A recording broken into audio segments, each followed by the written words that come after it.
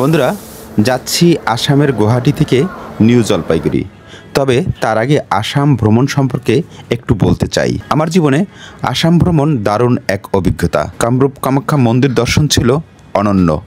ব্রহ্মপুত্র নদের মধ্যে পিকক দ্বীপ ভ্রমণ ছিল আনন্দময়। এছাড়া বশিষ্ঠমুনির আশ্রম ভ্রমণ, পাহাড়ের ঝর্ণার সব কিছু ছিল অসাধারণ। সিটি ট্যুরে রিকশাওয়ালার সাথে কথা বলা দারুণ লেগেছে। গুয়াহাটি শহরের মেয়ে রোকসানার সাথে পথে দেখা। বাংলাদেশ আসাম কালচারাল বিনিময় ছিল অজানা অনেক কিছু জানার। আসামিজ যে বললাম ওইটা মানে আমাদের এখানে অসমীয়া মানে লিখতে লাগে। হ্যাঁ, আমাদের অসমীয়া ভাষায় লিখতে হবে। হ্যাঁ, অসমীয়া মানে কিতাবের উপরে লেখা আছে অসমীয়া।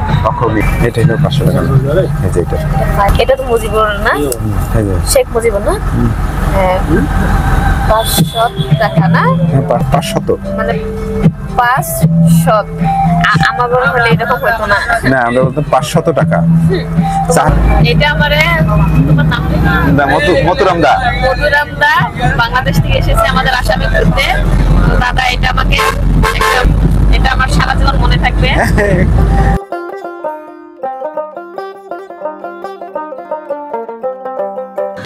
এত সব স্মৃতি নিয়ে আসাম ছেড়ে আজ যাচ্ছি নিউ জলপাইগুড়ি। ট্রেনে নিউ জলপাইগুড়ি যেতে যেতে আলোচনা করব ইন্ডিয়াতে ট্রেনে কিভাবে ভ্রমণ করতে পারেন, ট্রেনের কোন ধরনের টিকিট কাটবেন। তো চলুন ভিডিওটি শুরু করি। বন্ধুরা, আমি এই মুহূর্তে রয়েছি গুয়াহাটি রেলওয়ে স্টেশনে। অনেক বড় একটা স্টেশন এই গুয়াহাটি রেলওয়ে স্টেশন। অনেক ট্রেন এখান থেকে যাতায়াত করে বিভিন্ন প্রদেশে। সেই রাজধানী এক্সপ্রেস আছে, গুয়াহাটি এক্সপ্রেস আছে, নগাঁও এক্সপ্রেস আছে। আমি এখান থেকে আজকে যাব নিউ জলপাইগুড়ি। তো আমার টিকিট রয়েছে 3টায়। এবারে দেখছি যে এখানে একটা মেসেজ দেখলাম যে 1 ঘন্টা 15 মিনিট লেট আছে আমার ট্রেনটি। তো এই ফাঁকে এই রেলওয়ে স্টেশনটা একটু ভিজিট করে যাই। বন্ধুরা, এই হলো স্টেশনের পরিবেশ।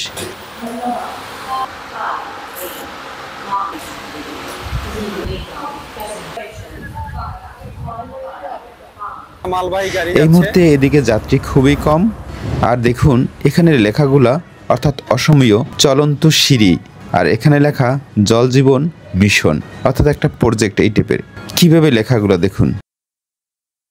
আমাদের ট্রেন আসতে দেরি হয়। এই ছোট্ট মেয়েটাকে বললাম 100 পর্যন্ত গুনলেই কিন্তু ট্রেন চলে আসবে। ও তাই করছে। 100 পর্যন্ত গুনতে হবে।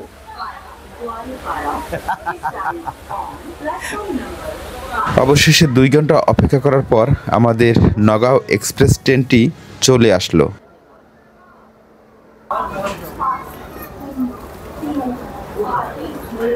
আমার 11 নম্বর বগি অনেক পিছনে, তাই দ্রুত হাঁটছি।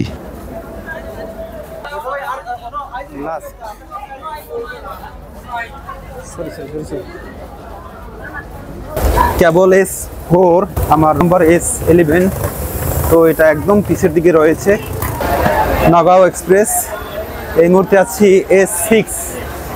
S6 নাম্বার, একদম পিছনে মনে হয়।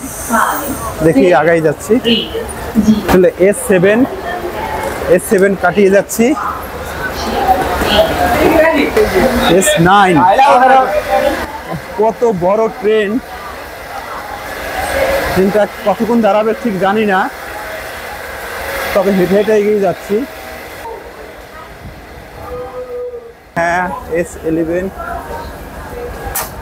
চলো উঠে পড়ি। 70। আমি আমার সিটটি খুঁজে নিচ্ছি।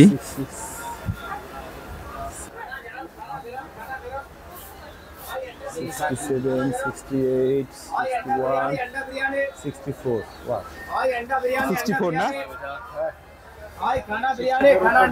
তোমার এটা? বাহ। अचार मिर्ची प्याज सलाद के साथ।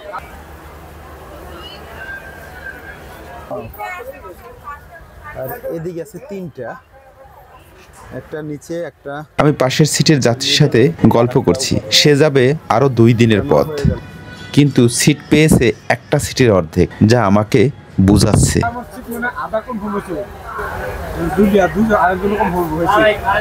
তাই কেবল এখনো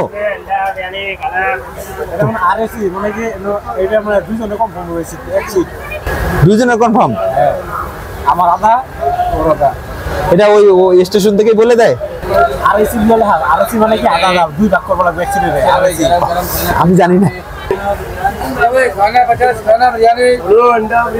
অবশেষে ট্রেনের সিটে আমি উঠে পড়েছি। এখানে আমার সিটটা রয়েছে উপরে, রাজিবুল ইসলাম আছে আমার সামনে। রাত 1টার সময় নিউ জলপাইগুড়িতে পৌঁছাবে, কারণ এটা 2 ঘন্টা লেট করছে। পাক্কা 2 ঘন্টা এই ট্রেনটি লেট করেছে। যাই হোক, জীবনে এই প্রথম যে কোনো ট্রেন লেট করলে আমার জন্য ভালো, কারণ আমাকে যখন 11:40-এ নামাই দেওয়ার কথা ছিল নিউ জলপাইগুড়িতে, সেক্ষেত্রে নামিয়ে দেওয়া হবে সেটা 1টা বা 1টার পরে। সেক্ষেত্রে আমার 5টা পর্যন্ত থাকতে অসুবিধা হবে না। এখন একটু ফ্রেশ হয়ে নেব, তারপরে যারা আছে তাদের সাথে গল্প টল্প করবো। সবাই বিছনা রেডি করে নিয়েছে, একটু ঘুমানোর চেষ্টা করব। চলো বন্ধুরা, এর ফাঁকে আমার এই জার্নির ফাঁকে এই ট্রেনের কিছু অংশ একটু দেখিয়ে নিচ্ছি।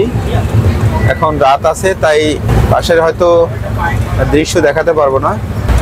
বন্ধুরা, এই গুয়াহাটি থেকে শিলিগুড়ি যাওয়ার পথে ট্রেনের কিছু বিষয় আপনাদের বলে রাখি। যারা ইন্ডিয়ান ট্রেনে ভ্রমণ করবেন অথবা যারা ইন্ডিয়ান ট্রেনের ভ্রমণ বিষয়ে জানতে চান, অনেক সময় এসি 3 টায়ার কি 2 টায়ার কি এগুলো অনেক সময় আমরা বুঝি না, বা এখনও অত ভালো করে যে বুঝি তেমনটিও না। তবু আমি যতটুকু আমার এই ভ্রমণ অভিজ্ঞতা হয়েছে বা যেটা আমি বুঝতে পেরেছি, সেটা কিন্তু আপনাদের সাথে এখন শেয়ার করব। তারা টিকিট কাটতে গেলে প্রথমে কোনটা কাটবেন? যদি আপনার সামর্থ্য থাকে তাহলে অবশ্যই আমি বলবো, যদি সিট থাকে তাহলে অবশ্যই এসি স্লিপার কাটবেন। স্লিপার বলতেই আপনি এভাবে কিন্তু ঘুমিয়ে যেতে পারবেন, এটাকে স্লিপার বলা হয়, যেটা আমাদের দেশে সাধারণত খুবই কম থাকে। দু একটা আছে ঘুমিয়ে যাওয়া যায়, কয়েকটা কামরা থাকে। কিন্তু ইন্ডিয়ান দূরপাল্লার ট্রেনগুলোয় সবগুলোই স্লিপার, মানে সবগুলো কামরাই স্লিপার, সবগুলোই স্লিপার, সেটা এসি হোক নন এসি হোক বা বাথ হোক। যেটা বলতেছিলাম যে স্লিপার 2 টায়ার হলে আপনার সেটাকে কিন্তু 2টো সিট থাকে এবং এসি হয়, কিন্তু সেগুলোর যে ভাড়া, তাতে ইন্ডিয়ায় এক প্রদেশ থেকে আরেক প্রদেশের এয়ারের ন্যাশনাল টিকিট কাটেন। যেমন আপনি যদি কলকাতা থেকে মুম্বাই যান, সেক্ষেত্রে ভাড়া পড়বে আপনার বাংলাদেশি টাকায় 8,500 টাকা এর আশপাশ। আর যদি আপনি এটা ট্রেনে যান, মানে 2 টায়ারে যান, অর্থাৎ এসি 2 টায়ারে, তাহলে কিন্তু এর ভাড়া পড়বে আপনার 5,000 টাকা। এখন বলুন, আপনি 5,000 টাকা কিন্তু পড়ে যাচ্ছে, কিন্তু আপনি ওই এয়ারের টিকিট যদি অনেক আগে কাটতে পারেন, 10-15 দিন আগে যদি কাটতে পারেন, তাহলে কিন্তু ওই টিকিটটা কিন্তু 6,000-7,000 টাকায় কিন্তু মুম্বাই যেতে পারতেছেন। তাহলে কেন আমি মানে 2 টায়ারে কাটবো? তো 2 টায়ারে আমি কাটার পক্ষে না। এবার আসি 3 tyre. 3 tyre AC. 3 tyre AC হলো এভাবেই থাকবে, তখন 3টা সিট হয়। এই একটা সিট, মাঝখানে আর একটা, তারপর নিচে কিন্তু আর একটা রয়েছে, এসিতেও থাকে নন এসিতেও থাকে। তো এসিতে যদি আপনারা যান, সেক্ষেত্রে হবে কি, এসিতে কিন্তু আদার্স বা অন্য লোক উঠতে পারে না। তো এক্ষেত্রে আরও একটা বিষয় বলে রাখি, এসি 3 টায়ারে আপনাকে টিকিট কাটার সময় আপনার খাবারের কথা বলা থাকবে, অর্থাৎ আপনি ওখানে কি আপনি কোনো খাবার খাবেন কিনা, সেক্ষেত্রে ভেজ খাবেন কি নন ভেজ খাবেন, ওইটার টিকিট কাটার সময় কিন্তু উল্লেখ করে দিতে হয়। যেটা 3 টায়ার নন এসি, সেটাই কিন্তু হয় কি, এই যে নন এসিতে আসি, এখন এই যে দেখেন হকাররা কি করতেছে, হকাররা ঘুরতে আছে, বাইরের লোকজন উঠতে আছে, আবার যারা দেখাচ্ছে 2 দিনের জার্নির পথ যাবে, অথচ তার টিকিট নেই, মানে সে স্ট্যান্ডিং টিকিট কাটছে, টিকিট কেটেই উঠতে হবে তাকে। তখন টিটি যখন আসে, তখন টিটিকে বলে, ভাই আমাকে একটু বসিয়ে দিন। তখন উনি আবার বলে যে আপনি যারা আছে তাদের সাথে একটু ম্যানেজ করে বসে দেন। অর্থাৎ আপনি যদি এই নন এসি 3 টায়ারে যান, এখানে আপনি 3টা সিটই পাবেন, কিন্তু এখানে অন্যরা খুব বিরক্ত করবে আপনাকে। বিশেষ করে আপনার জার্নি যদি বিহার থেকে হয়, ইন্ডিয়ার ভিতরে বিহারের মতো লোক আর নাই, মানে আপনি যদি বসে না দেন, তারপর সে বসে পড়বে আপনার সিটে। এটা আপনার সাথে বলে কয়ে বসবে, বা আপনি দেখবেন যে আপনিও একটু বসতে দিবেন। আর কি করা, যখন সে 2 দিনের একটা জার্নি করবে, কি আর করা, আপনার পাশে একটু বসে যাবে। তাহলে নন এসি স্লিপারে যেটা হয়, এই বিষয়গুলো হয়। এখন গুয়াহাটি থেকে নিউ জলপাইগুড়ি যাচ্ছি এই নন এসিতে করে, তো এখানটায় ওরকম ডিস্টার্ব হবে না, আমি আমার সিটে এই অল্প জার্নিটা এটা আমি করতে পারবো।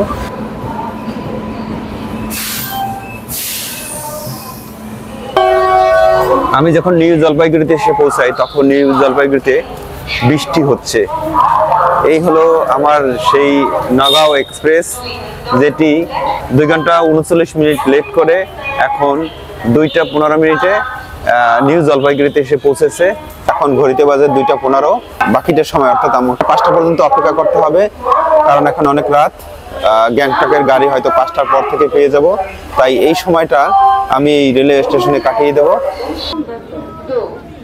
বন্ধুরা, ভিডিওটি যদি ভালো লাগে তাহলে অবশ্যই শেয়ার করবেন আর লাইক বাটনে ক্লিক করবেন, আর যদি সম্ভব হয় সাবস্ক্রাইব করে পাশে থাকুন। একসাথে জানবো, দেখবো বিশ্বভুবন।